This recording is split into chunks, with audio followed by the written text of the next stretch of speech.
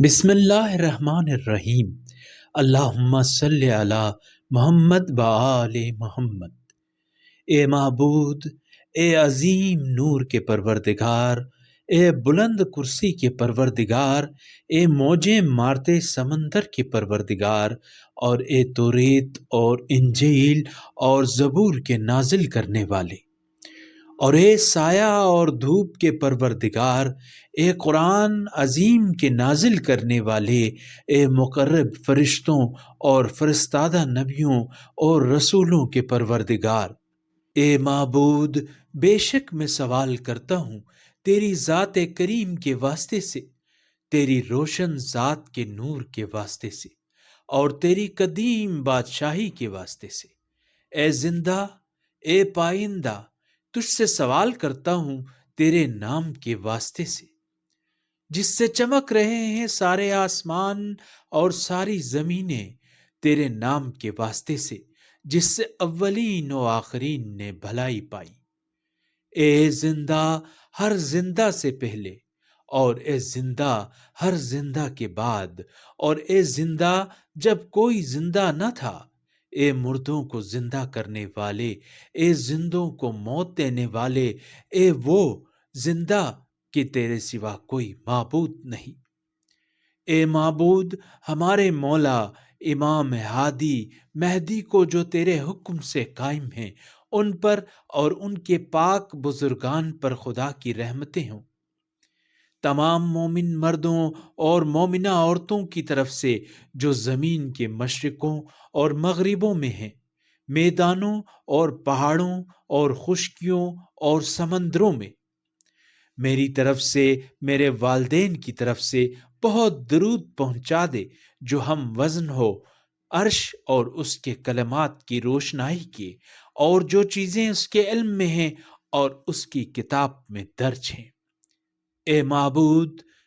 میں تازہ کرتا ہوں ان کے لیے آج کے دن کی صبح کو، اور جب تک زندہ ہوں باقی ہے یہ پیمان، یہ بندھن اور ان کی بیعت جو میری گردن پر ہے، نہ اس سے مکروں گا نہ کبھی ترک کروں گا۔ اے معبود، مجھے ان کے مددگاروں، ان کے ساتھیوں اور ان کا دفاع کرنے والوں میں قرار دے۔ میں حاجت براری کے لیے ان کی طرف بڑھنے والوں، ان کے احکام پر عمل کرنے والوں، ان کی طرف سے دعوت دینے والوں، ان کے ارادوں کو جلد پورے کرنے والوں اور ان کے سامنے شہید ہونے والوں میں قرار دے۔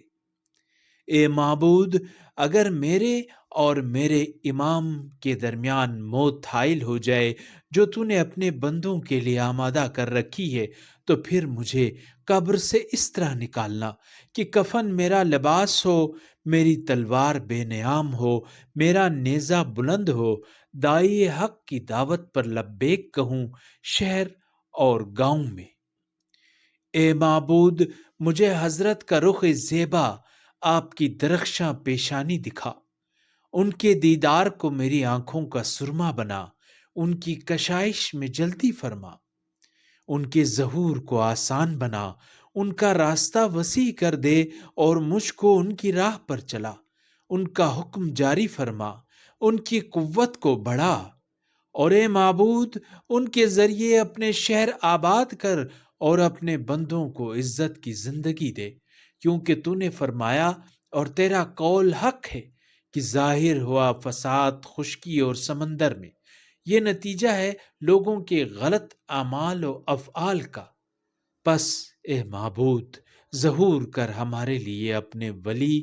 اور اپنے نبی کی دختر کے فرزند کا، جن کا نام تیرے رسول کے نام پر ہے، یہاں تک کہ وہ باطل کا نام و نشان مٹا ڈالیں، حق کو حق کہیں اور اسے قائم کریں۔ اے معبود، قرار دے ان کو اپنے مظلوم بندوں کے لیے جائے پناہ، اور ان کے مددگار جن کا تیرے سوا کوئی مددگار نہیں بنا، ان کو اپنی کتاب کے ان احکام کے زندہ کرنے والے جو بھلا دیے گئے، ان کو اپنے دین کے خاص احکام اور اپنے نبی کے طریقوں کو راسخ کرنے والے بنا، ان پر اور ان کی آل پر خدا کی رحمت ہو، اور اے معبود انہیں ان لوگوں میں رکھ جن کو تو نے ظالموں کے حملے سے بچایا۔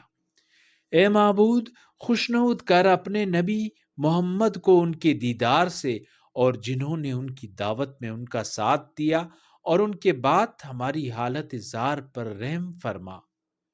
اے معبود ان کے ظہور سے امت کی اس مشکل اور مصیبت کو دور کر دے، اور ہمارے لیے جلد ان کا ظہور فرما کہ لوگ ان کو دور اور ہم انہیں نزدیک سمجھتے ہیں۔